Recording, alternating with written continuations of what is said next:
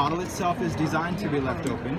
Even though this is a fast drying ink, alcohol inks, if you haven't used them before, it is a solvent ink with a drying time of about 7 to 10 seconds.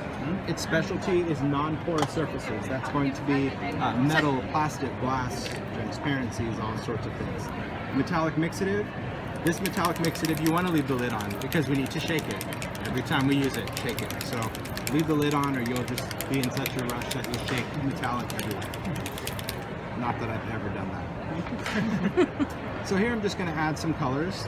And to start, I'm just going to be pretty carefree with the colors. I'll add quite a bit. And all I'm doing is putting the nib into the felt, giving it a quick squeeze. And you want to make sure that when you do this, never repeat the color on your felt if you can avoid that, because if you do, you'll end up putting twice that amount of color on your background. I'm going to take a little bit of metallic, put that in there as well, and now we'll compare. So, we've got UPO, we've got glossy card. So you can see right away that my colors go on really nice, but then again, they would do the same thing on my glossy cardstock. So right now, it's the same. It's when you start layering this that UPO becomes kind of the magic surface, because as we layer color on top of glossy, it just becomes deeper, darker. But when you layer on UPO, it just opens up and it drops down the new layer. Okay? It'll never create mud. When you put ink down, it's going to always replace what's already down there.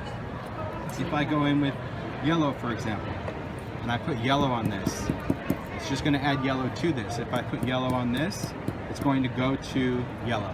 If I drip it directly on, okay, this is going to break through. It's always going to go and break through the background. So we can do a lot of cool effects with our background. So with that, let me just add a bunch of colors and we'll color this whole entire surface really quick. Add a little bit blue. All right. So I'm going to carefully apply my inks, put them everywhere. Now another cool thing is if I try to blend through that, it's only going to make mud. If I go and blend through UPO, it's going to give me whatever mark that I give it. Okay? This is pretty cool. Allows me to drip these inks on. When you start dripping these inks, they become really, really fun. You could even drip a drop inside another drop and you can create some amazing, playful halo effects. Kind of like in the kitchen, just a little of this, a little of that. Okay. And what's fun about this also is that you really don't have to worry about stopping. You can kind of go in and add and play with these layers as much as you want. And what you'll notice about this particular finish, this surface of paper, is that as this ink starts to dry, it starts to create this effect. And you can't really achieve that on paper. It just kind of soaks right into the paper. But because it sits on the top, all those little touches and dots, they appear like they're magic, really. More magic? More magic. It's also a heat stable medium, which I found most interesting because when we're dealing with thin pieces of plastic, a heat tool is the last thing you're going to pick up. This one, it'll dry no problem. So my background is dry.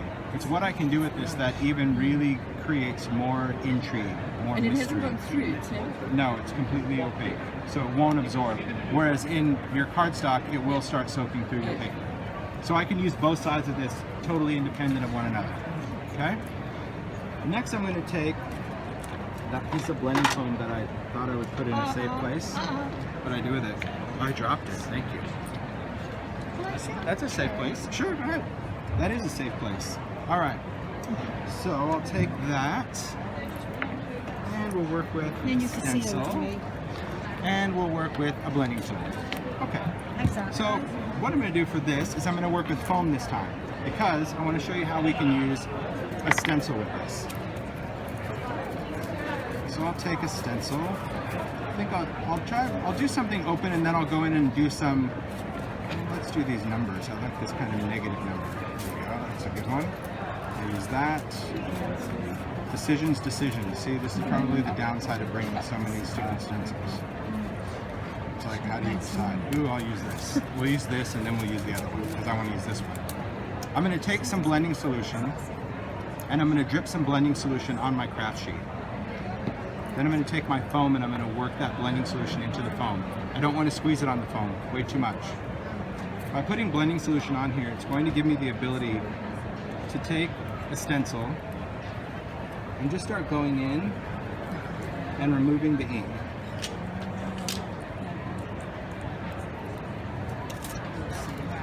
It's going to lift the color right away. If you have an open stencil, maybe we have something like this. Now this blending solution is already dry, it doesn't even move anymore. So I'm going to need to put a few more drops. Mix that in. Take a stencil. Just kind of work that around. So remember, the more layers you add, the lighter it's going to get. You just never want it to be completely wet. Okay? And that's going to start lifting color off of my background with my stencils. See, if you like it already, I love that. I love it when people love it at this stage. Just like rubbing alcohol? No, blending solution actually contains a resin. Rubbing alcohol will cause your inks to wick. So if you put rubbing alcohol over here, your ink is going to wick underneath it. So this is actually a resin, so it stays very sticky. You could.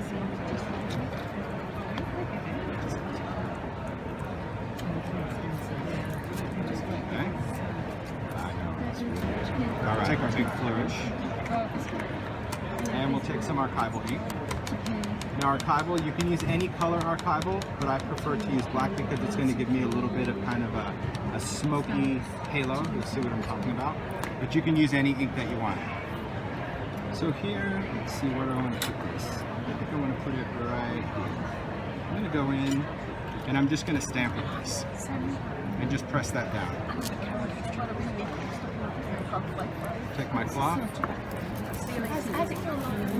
And wipe this away, and that will actually remove my stamped image, okay? In a totally different way. So it creates a resist, but unlike a blending solution that has more of a liquid resist, this is going to give me a true printed crisp resist, and it actually takes it off. So archival can either be left on because it's permanent ink, or if you wipe it off while it's wet, it will literally pull the alcohol ink right off the surface. And leave the image. And leave the image. Yes. Is that waterproof now? I'm sorry? Waterproof now? It is. And you can feel it, there's no texture there at all. It's really cool. So I chose to do a 5x7 sheet of UPO because I wanted people to play and cut up what you like. Because whenever you do a background, there's gotta be